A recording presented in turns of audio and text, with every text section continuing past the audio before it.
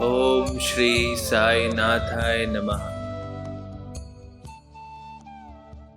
आइए अब पढ़ते हैं अध्याय 14।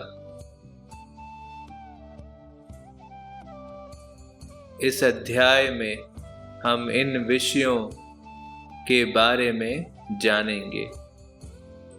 नांदेड़ के रतन जी वाडिया, संत मौला साहिब, दक्षिणा मीमांसा, गणपत राव बोडस, श्रीमती तरखड़, दक्षिणा का मर्म। श्री साईं बाबा के वचनों और कृपा द्वारा किस प्रकार असाध्य रोग भी निर्मूल हो गए, इसका वर्णन पिछले अध्याय में किया जा चुका है। अब बाबा ने किस प्रकार रतन जी वाडिया को अनुग्रहित किया तथा किस प्रकार उन्हें पुत्र रत्न की प्राप्ति हुई, इसका वर्णन इस अध्याय में होगा। इस संत की जीवनी सर्व प्रकार से प्राकृतिक और मधुर है। उनके अन्य कार्य भी जैसे भोजन, चलना फिरना तथा स्वाभाविक अमृतापदेश बड़े ही मधुर हैं। वे आनंद के अवतार हैं। इस परमानंद को उन्होंने अपने भक्तों को भी रसास्वादन कराया और इसलिए उन्हें उनकी चिर स्मृति बनी रही। भिन्न भिन्न प्रकार के कर्म और कर्तव्यों की अनेक गाथाएं भक्तों को उनके द्वारा प्राप्त हुई, जिससे वे सत्व मार्ग का अवलंबन कर सके। बाबा की सदैव यही इच्छा थी कि लोग संसार में सुखी जीवन व्यतीत करें और वे सदैव जागरूक रहकर अपने जीवन का परम लक्ष्य आत्मानुभूति अवश्य प्राप्त करें। पिछले जन्मों के शुभ कर्मों के फल स्वरूप ही ये देह प्राप्त है और उसकी सार्थकता तभी है जब उसकी सहायता से हम इस जीवन में भक्ति और मोक्ष प्राप्त कर सकें। हमें अपने अनंत और जीवन के लक्ष्य के हेतु सदैव सावधान तथा तत्पर रहना चाहिए। यदि तुम नित्य श्री साई की लीलाओं का श्रवण करोगे तो तुम्हें उनका सदैव दर्शन होता रहेगा। दिन रात उनका हृदय में स्मरण करते रहो। इस प्रकार आचरण करने से मन की चंचलता शीघ्र नष्ट हो जाएगी। यदि इसका निरंतर अभ्यास किया गया तो तुम्हें चैतन्य घन से अभिन्नता प्राप्त हो जाएगी। नांदेड़ के रतन जी। अब हम इस अध्याय की मूल कथा का वर्णन करते हैं। नांदेड़ में रतन जी शाहपुर जी वाडिया नामक एक प्रसिद्ध व्यापारी रहते थे। उन्होंने व्यापार में यथेष्ट धनराशि संग्रह कर ली थी। उनके पास अतुलनीय संपत्ति, खेत और चरोहर तथा कई प्रकार के पशु, घोड़े, गधे, खच्चर आदि और गाड़ियां भी थीं। वे अत्यंत भाग्यशाली थे। यद्यपि ब्राह्म दृष्टि से वे अधिक सुखी और संतुष्ट प्रतीत होते थे, परंतु यथार्थ में वे वैसे ना थे। विधाता की रचना कुछ ऐसी विचित्र है कि संसार में पूर्ण सुखी कोई नहीं और धनाढ्य रतन जी भी इसके अपवाद ना थे। वे परोपकारी तथा दानशील थे। वे दीनों को भोजन और वस्त्र वितरण करते तथा सभी लोगों की अनेक प्रकार से सहायता किया करते थे। उन्हें लोग अत्यंत सुखी समझते थे, किंतु दीर्घ काल तक संतान न होने के कारण उनके हृदय में दुख अधिक था। जिस प्रकार प्रेम तथा भक्ति रहित कीर्तन, वाद्य रहित संगीत, यज्ञोपवीत रहित ब्राह्मण, व्यवहारिक ज्ञान रहित कलाकार, पश्चातापरहित तीर्थ यात्रा और कंठमाला रहित अलंकार उत्तम प्रतीत नहीं होते, उसी प्रकार संतान रहित गृहस्थ का घर भी सूना ही रहता है। रतन जी सदैव इस चिंता में निमग्न रहते थे। वे मन ही मन कहते, क्या ईश्वर की मुझ पर कभी दया ना होगी? क्या मुझे कभी पुत्र की प्राप्ति नहीं होगी? इसके लिए वे सदैव उदास रहते थे। उन्हें भोजन से भी अरुचि हो गई। पुत्र की प्राप्ति कब होगी, यही चिंता उन्हें सदैव घेरे रहती थी। उनकी दास गणु महाराज पर दृढ़ निष्ठा थी। उन्होंने अपना हृदय उनके सम्मुख खोल दिया। तब उन्होंने श्री साई समर्थ की शरण जाने और उनसे संतान प्राप्ति के लिए प्रार्थना करने का परामर्श दिया। रतन जी को भी ये विचार रुचिकर प्रतीत हुआ और उन्होंने शिरडी जाने का निश्चय किया। कुछ दिनों उपरांत वे शिरडी आए और बाबा के दर्शन कर उनके चरणों पर गिरे। उन्होंने एक सुंदर हार बाबा को पहनाकर बहुत से फल फूल भेंट कर दिए। तत्पश्चात आदर सहित बाबा के पास बैठकर इस प्रकार प्रार्थना करने लगे। अनेक आपत्तिग्रस्त लोग आपके पास आते हैं और आप उनके कष्ट तुरंत दूर कर देते हैं। यही कीर्ति सुनकर मैं भी बड़ी आशा से आपके श्री चरणों में आया हूँ। मुझे बड़ा भरोसा हो गया है, कृपया मुझे निराश ना कीजिए। श्री साईं बाबा ने उनसे 5 रुपए दक्षिणा मांगी, जो वो देना ही चाहते थे, परंतु बाबा ने पुनः कहा, मुझे तुमसे 3 रुपए 14 आने पहले ही प्राप्त हो चुके हैं, इसलिए केवल शेष रुपए ही दो। ये सुनकर रतन जी असमंजस में पड़ गए। बाबा के कथन का अभिप्राय उनकी समझ में ना आया। वे सोचने लगे कि ये शिरडी आने का मेरा प्रथम ही अवसर है और ये बड़े आश्चर्य की बात है कि इन्हें 3 रुपए 14 आने पहले प्राप्त हो चुके हैं। वे ये पहेली हल ना कर सके। वे बाबा के चरणों के पास ही बैठे रहे तथा उन्हें दक्षिणा अर्पित कर दी। उन्होंने अपने आगमन का हेतु बतलाया और पुत्र प्राप्ति की प्रार्थना की। बाबा को दया आ गई। वे बोले, चिंता त्याग दो, अब तुम्हारे दुर्दिन समाप्त हो गए हैं।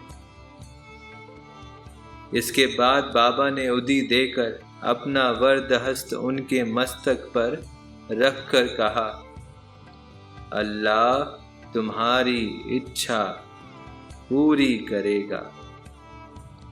बाबा की अनुमति प्राप्त कर रतन जी नांदेड़ लौट आए और शिरडी में जो कुछ भी हुआ उसे दास गणु को सुनाया।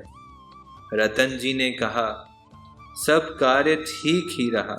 बाबा के शुभ दर्शन हुए, उनका आशीर्वाद और प्रसाद भी प्राप्त हुआ, परंतु वहां की एक बात समझ में नहीं आई। वहां पर बाबा ने कहा था कि मुझे 3 रुपए 14 आने पहले ही प्राप्त हो चुके हैं। कृपया समझाइए कि इसका क्या अर्थ है। इससे पूर्व मैं शिरडी कभी भी नहीं गया, फिर बाबा को वे रुपए कैसे प्राप्त हो गए जिसका उल्लेख उन्होंने किया। दास गणों के लिए भी ये एक पहेली ही थी। बहुत दिनों तक वे इस पर विचार करते रहे। कई दिनों के पश्चात उन्हें स्मरण हुआ कि कुछ दिन पहले रतन जी ने एक यवन संत मौली साहिब को अपने घर आतिथ्य के लिए निमंत्रित किया था तथा इसके निमित्त उन्होंने कुछ धन व्यय किया था। मौली साहिब नांदेड़ के एक प्रसिद्ध संत थे जो कूली का काम किया करते थे। जब रतन जी ने शिरडी जाने का निश्चय किया था, उसके कुछ दिन पूर्व ही मौली साहिब अनायास ही रतन जी के घर आए। रतन जी उनसे अच्छी तरह परिचित थे तथा उनसे प्रेम करते थे, इसलिए उनके सत्कार में उन्होंने एक छोटे से जलपान की व्यवस्था भी की थी। दास गणु ने रतन जी से आतिथ्य के खर्च की सूची मांगी और ये जानकर सबको आश्चर्य हुआ कि खर्चा 3 रुपए 14 आने ही हुआ था, ना इससे कम था और ना अधिक।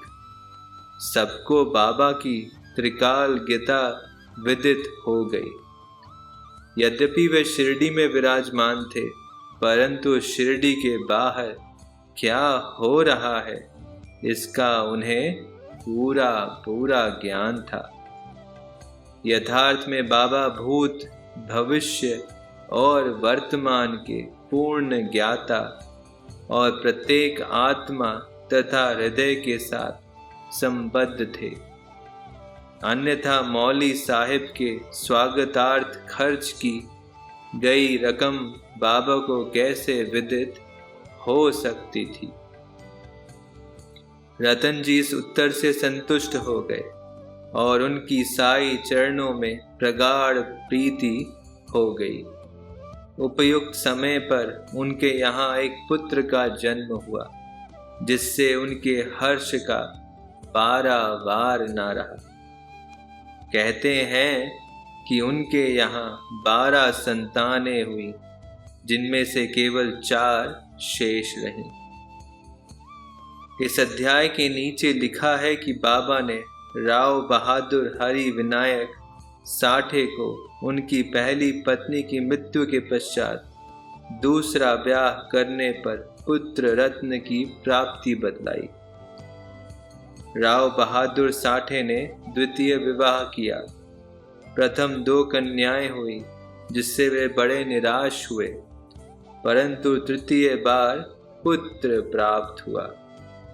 इस तरह बाबा के वचन सत्य निकले और वे संतुष्ट हो गए। दक्षिणा मीमांसा। दक्षिणा के संबंध में कुछ अन्य बातों का निरूपण कर हम ये अध्याय समाप्त करेंगे। ये तो विदित ही है कि जो लोग बाबा के दर्शन को आते थे, उनसे बाबा दक्षिणा लिया करते थे। यहाँ किसी को भी शंका उत्पन्न हो सकती है कि जब बाबा फकीर और पूर्ण विरक्त थे, तो क्या उनका इस प्रकार दक्षिणा ग्रहण करना और कांचन को महत्व देना उचित था? अब इस प्रश्न पर हम विस्तृत रूप से विचार करेंगे। बहुत काल तक बाबा भक्तों से कुछ भी स्वीकार नहीं करते थे। वे जली हुई दिया सलाइयां एकत्रित कर अपनी जेब में भर लेते थे। चाहे भक्त हो या और कोई, वे कभी किसी से कुछ भी नहीं मांगते थे। यदि किसी ने उनके सामने 1 पैसा रख दिया, तो वे उसे स्वीकार करके उससे तंबाकू अथवा तेल आदि खरीद लिया करते थे। वे प्रायः बीड़ी या चिल्लम पिया करते थे। कुछ लोगों ने सोचा कि बिना कुछ भेंट किए संतों के दर्शन उचित नहीं है, इसलिए वे बाबा के सामने पैसे रखने लगे। यदि 1 पैसा होता तो वे उसे जेब में रख लेते हैं, और यदि 2 पैसे हुए तो तुरंत उसमें से 1 पैसा वापस कर देते थे। जब बाबा की कीर्ति दूर दूर तक फैली और लोगों के झुंड बाबा के दर्शनार्थ आने लगे। तब काका ने उनसे दक्षिणा लेना आरंभ कर दिया। श्रुति कहती है कि स्वर्ण मुद्रा के अभाव में भगवत पूजन भी अपूर्ण है। अतः जब ईश्वर पूजन में मुद्रा आवश्यक है तो फिर संतन पूजा में क्यों ना हो। इसलिए शास्त्रों में कहा है कि ईश्वर, राजा, संत या गुरु के दर्शन अपनी सामर्थ्य अनुसार बिना कुछ अर्पण किए कभी ना करना चाहिए। उन्हें क्या भेंट दी जाए, अधिकतर मुद्रा या धन। इस संबंध में उपनिषदों में वर्णित नियमों का अवलोकन करें। बृहदारण्यक उपनिषद में बताया गया है कि दक्ष प्रजापति ने देवता, मनुष्य और राक्षसों के सामने एक अक्षर द का उच्चारण किया। देवताओं ने इसका अर्थ लगाया कि उन्हें दम अर्थात आत्मनियंत्रण का अभ्यास करना चाहिए। मनुष्यों ने समझा कि उन्हें दान का अभ्यास करना चाहिए तथा राक्षसों ने सोचा कि हमें दया का अभ्यास करना चाहिए। मनुष्यों को दान की सलाह दी गई। तैत्तिरीय उपनिषद में दान व अन्य सत्व गुणों को अभ्यास में लाने की बात कही गई है। दान के संबंध में लिखा है, विश्वास पूर्वक दान करो, उसके बिना दान व्यर्थ है। उदार हृदय तथा विनम्र बनकर आदर और सहानुभूति पूर्वक दान करो। भक्तों को कांचन त्याग का पाठ पढ़ाने तथा उनकी आसक्ति दूर करने और चित्त शुद्ध कराने के लिए ही बाबा सबसे दक्षिणा लिया करते थे। परंतु उनकी एक विशेषता भी थी। बाबा कहा करते थे, जो कुछ भी मैं स्वीकार करता हूँ, मुझे उसे 100 गुना से अधिक वापस करना पड़ता है। इसके अनेक प्रमाण हैं। पहली घटना, श्री गणपतराव बोडस अपनी आत्मकथा में लिखते हैं कि बाबा के बार बार आग्रह करने पर उन्होंने अपने रुपए की थैली उनके सामने उड़ेल दी।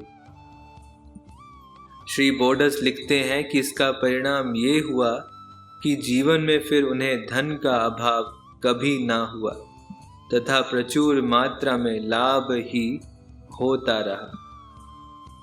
इसका एक भिन्न अर्थ भी है। अनेक बार बाबा ने किसी प्रकार की दक्षिणा स्वीकार भी नहीं की। इसके 2 उदाहरण हैं। बाबा ने प्रोसी के नारके से 14 रुपए दक्षिणा मांगी। वे प्रत्युत्तर में बोले कि मेरे पास तो एक पाई नहीं है। तब बाबा ने कहा, मैं जानता हूँ तुम्हारे पास कोई द्रव्य नहीं है, परंतु तुम योग वशिष्ठ का अध्ययन तो करते हो, उसमें से ही दक्षिणा दो। यहाँ दक्षिणा का अर्थ है पुस्तक से शिक्षा ग्रहण कर हृदय यंगम करना, जो कि बाबा का निवास स्थान है। एक दूसरी घटना में उन्होंने एक महिला श्रीमती R.A. तरखड़ से 6 रुपए दक्षिणा मांगी। महिला बहुत दुखी हुई क्योंकि उनके पास देने को कुछ भी ना था। उनके पति ने उन्हें समझाया कि बाबा का अर्थ तो षड रिपियों से है, जिन्हें बाबा को समर्पित कर देना चाहिए। बाबा इस अर्थ से सहमत हो गए। ये ध्यान देने योग्य है कि बाबा के पास दक्षिणा के रूप में बहुत सा द्रव्य एकत्रित हो जाता था। सब द्रव्य वे उसी दिन व्यय कर देते और दूसरे दिन फिर सदैव की भांति निर्धन बन जाते थे। जब उन्होंने महासमाधि ली तो 10 वर्ष तक हजारों रुपया दक्षिणा मिलने पर भी उनके पास स्वल्प राशि ही शेष थी। संक्षेप में दक्षिणा लेने का मुख्य ध्येय तो भक्तों को केवल शुद्धिकरण का पाठ ही सिखाना था। दक्षिणा का मर्म। ठाणे के श्री बीवी देव ने इस विषय पर एक लेख अन्य विषयों सहित प्रकाशित किया है, जो निम्न प्रकार है। बाबा प्रत्येक से दक्षिणा नहीं लेते थे।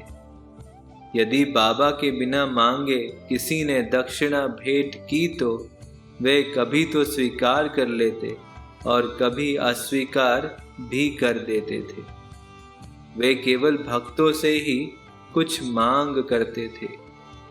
उन्होंने उन लोगों से कभी कुछ न मांगा जो सोचते थे कि बाबा के मांगने पर ही दक्षिणा देंगे। यदि किसी ने उनकी इच्छा के विरुद्ध दक्षिणा दे दी तो वे वहां से उसे उठाने को कह देते थे। स्त्री और बालकों से भी वे दक्षिणा ले लेते थे। उन्होंने सभी धनाढ्यों या निर्धनों से कभी दक्षिणा नहीं मांगी। बाबा के मांगने पर भी जिन्होंने दक्षिणा ना दी उनसे वे कभी क्रोधित नहीं हुए। यदि किसी मित्र द्वारा उन्हें दक्षिणा भिजवाई गई होती और उसका उसे स्मरण ना रहता तो बाबा किसी न किसी प्रकार उसे स्मरण कराकर वे दक्षिणा ले लेते थे। कुछ अवसरों पर वे दक्षिणा की राशि में से कुछ अंश लौटा भी देते और देने वालों को संभाल कर रखने या पूजन में रखने के लिए कह देते थे।